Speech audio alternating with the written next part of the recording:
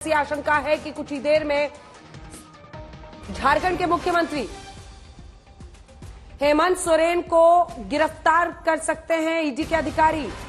DGP मुख्य सचिव CM आवास पर मौजूद, यानी झारखंड की मौजूदा सरकार और हेमंत सोरेन पर संकट गहराता हुआ। तीन भ्रष्टाचार के मामले, जिसमें अवैध खनन, इल्लीगल माइनिंग स्कैम, जमीन घोटाला, इन तमाम घोटालों में हेमंत सोरेन के खिलाफ पूछताछ चल रही है। दोपहर से ही लगातार ये पूछताछ चल रही है और बताया जा रहा है कि एक तरफ जेएमएम के तमाम कोशिशें इस वक्त हैं कि सरकार गठन को लेकर एक प्रक्रिया समानांतर शुरू कर दी जाए, जो बीते दिन से विधायकों की बैठक हो रही है, और दूसरी तरफ ये ईडी आज अरेस्ट कर सकती है अब से कुछ ही देर में हेमंत सोरेन को।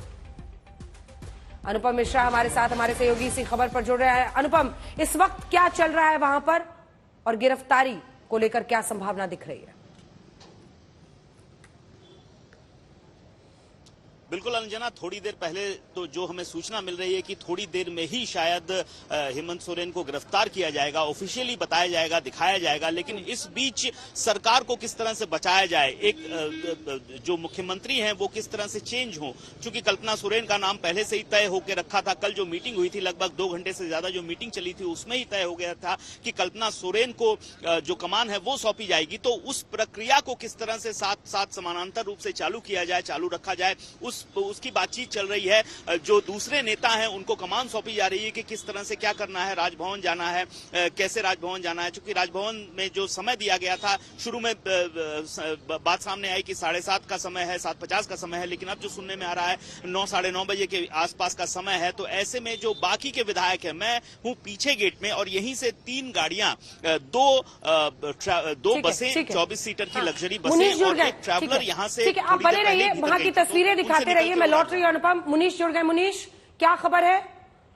आज ही हर हाल में, आपके सूत्र यही बता रहे हैं, आज ही हर हाल में अरेस्ट हो सकता है।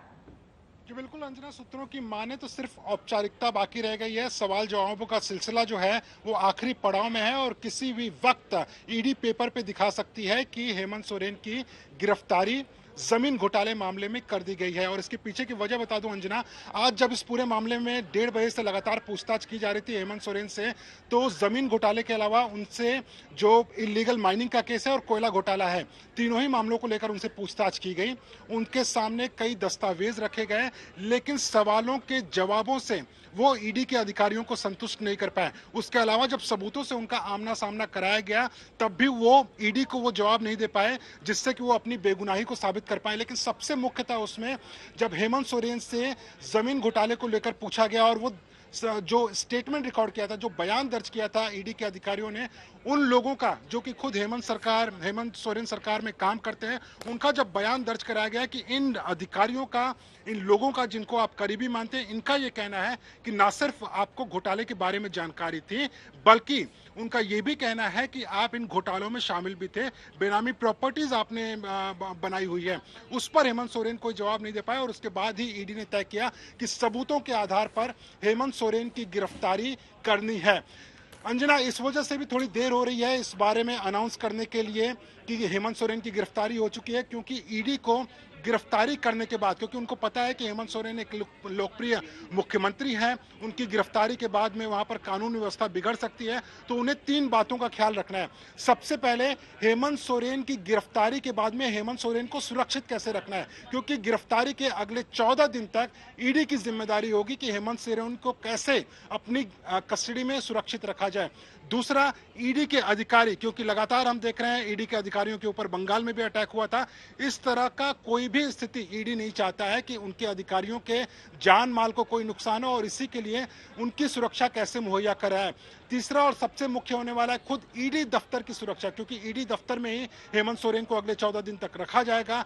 अगर कोई इस तरह की स्थिति आती है जहां पर ईडी दफ्तर को नुकसान हो सकता है या ईडी दफ्तर को खतरा है, तो जरूर हेमंत सोरेन की भी जान को खतरा हो सकता है। तो उसको लेकर भी एक लगातार ईडी का जो हेडक्वार्टर है दिल्ली में, वहां पर वरिष्ठ अधिकारियों की मीटिंग चल रही है। जरूरत पड़ेगी तो इसमें गृह मंत्रालय को भी शामिल किया जाएगा, ताकि किसी भी तरह से हेमंत सोरेन और बाकी लोगों को सुरक्षित रखा जाए।